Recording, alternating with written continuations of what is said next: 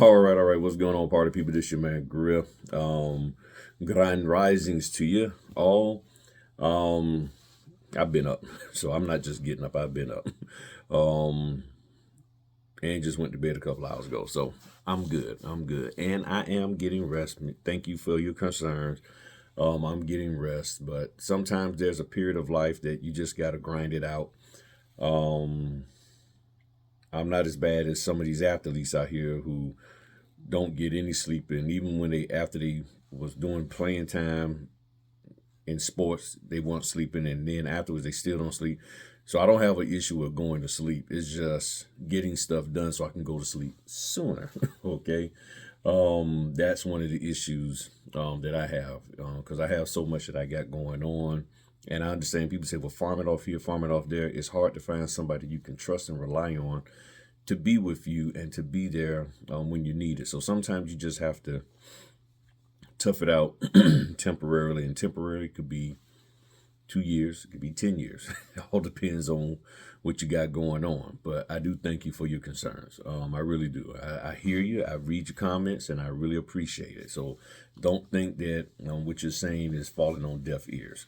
And prior to any of y'all saying anything to me, Mrs. G, she's talking to me. She's on me. Okay. She makes sure I get the rest that I need. So I appreciate my wife.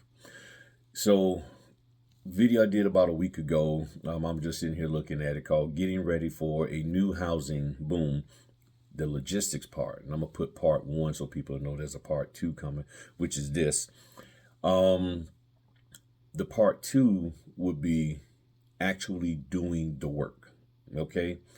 Um, I got videos about notarization. I'm not going to talk so much about the notarization, but I guess you could call this the logistics of doing the work. So the logistics of getting ready to do the work, making sure all of your ducks are in a row. You got printer, you got paper, you got this, that, and the other. You got pens, and you're ready to go. Okay, scanner, all of that. Know how to download the documents, print the documents correctly, all of that. But now the logistics of actually doing the work. That's important. Actually physically doing the work. So how to put this? In doing the work, you got to show up and you got to complete it all the way through. So I'm gonna just hop on to this. So one of the issues that a lot of signing companies have is that notaries aren't fully doing the work. They may be great notaries, they may notarize everything correctly, but one of the problems is they don't finish the task all the way out. Okay, in doing the work. Okay, and a couple of items, and I'm looking here at this list that I've compiled, and then other people have sent me of things that they found out that signing companies, and not just signing companies, but also title companies and lenders have issue with. And some of the issues are people not scanning back before shipping the documents, no showing to appointments, not fixing missed signatures or getting IDs, asking for additional money because of how many pages is in the loan packet. And that's a pet peeve of mine. That is a real pet peeve because people think that there's this minimum number of pages that's supposed to be out there. And the moment it's over 70 pages or 2 pages, they're sitting there talking about, well, you got to pay me more. And you want this high dollar amount for more money. And I did the math. Let's just take $70. Somebody said I want $70. Okay, so seven.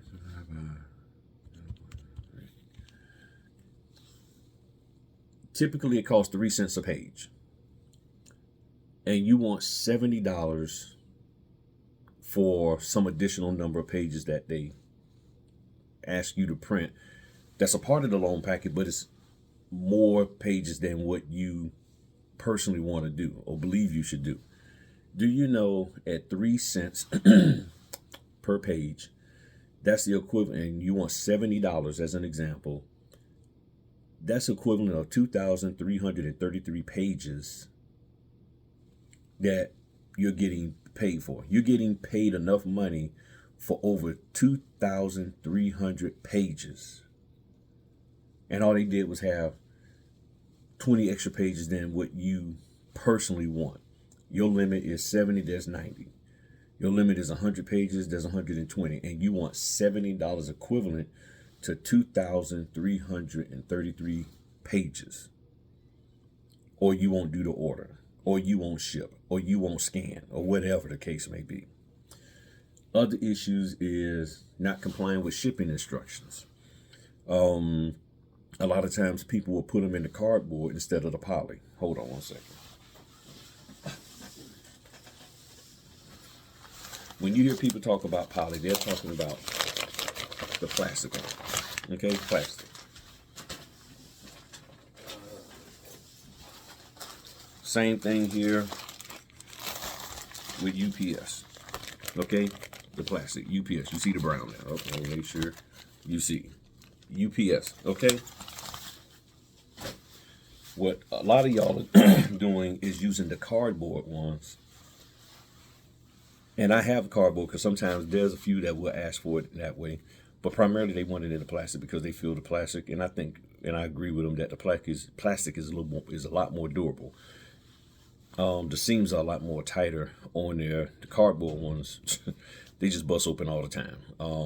And that becomes a huge problem.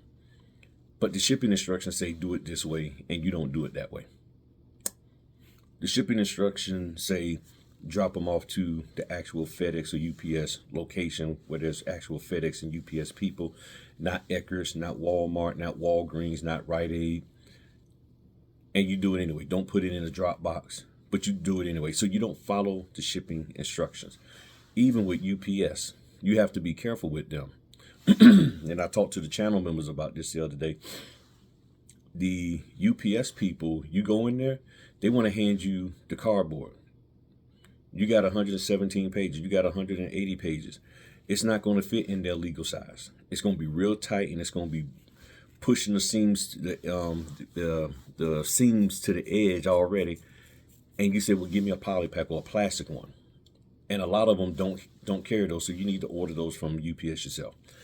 So you're not following the shipping instructions. That's a problem.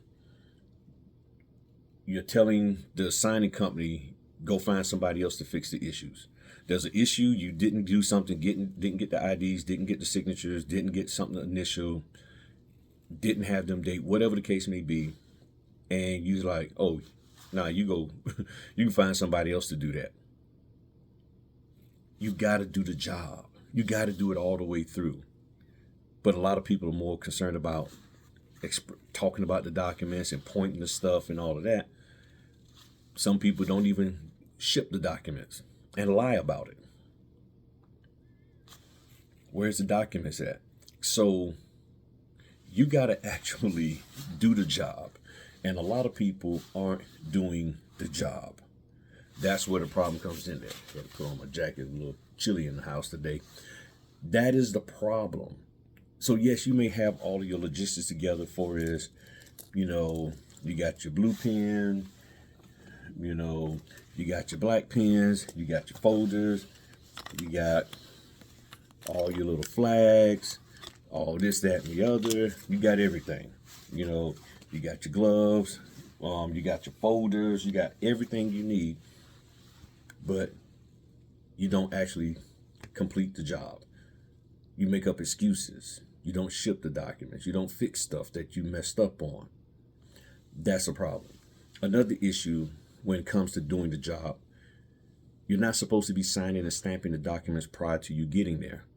A lot of notaries are doing that because they're nervous about being in front of people, so they try to go ahead on and sign and stamp the notarial area ahead of time. You ain't supposed to do that. Or they do halfway. I'll sign, and then when I get there, I'll stamp. Or I'll stamp now at home, and then I sign when I get there in front of them. You're not supposed to do that.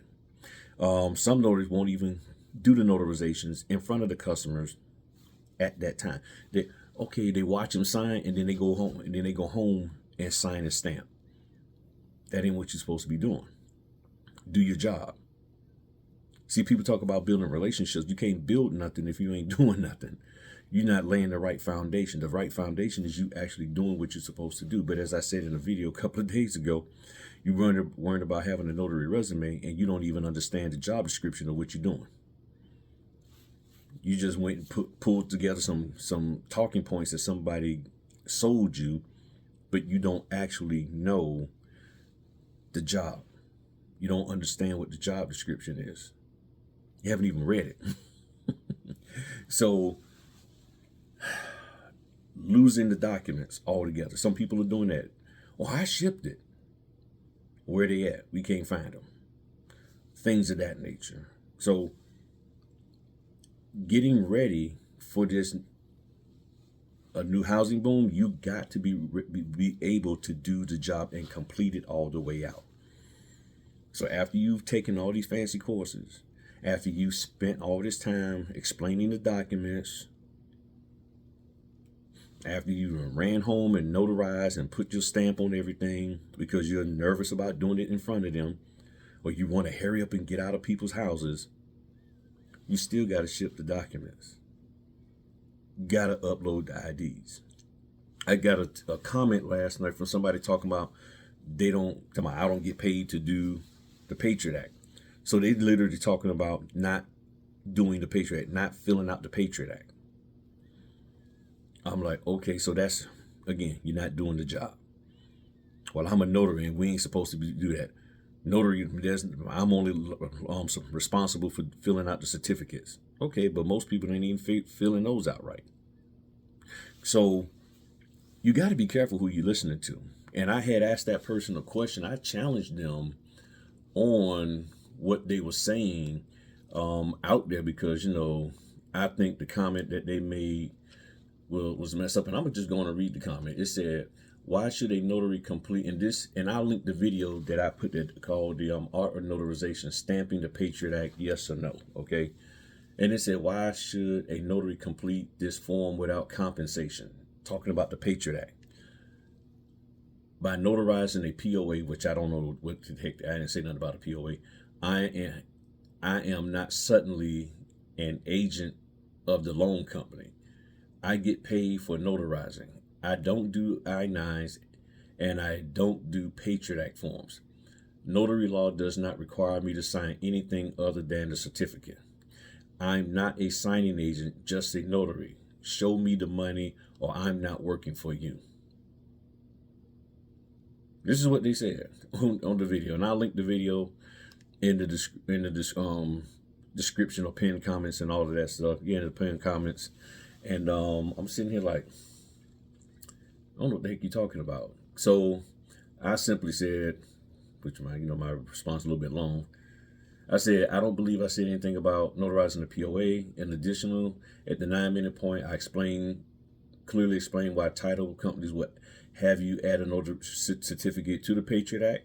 I also said you use whatever title your state law says, so whatever title they tell you, you use it, because I know California don't want you using notary.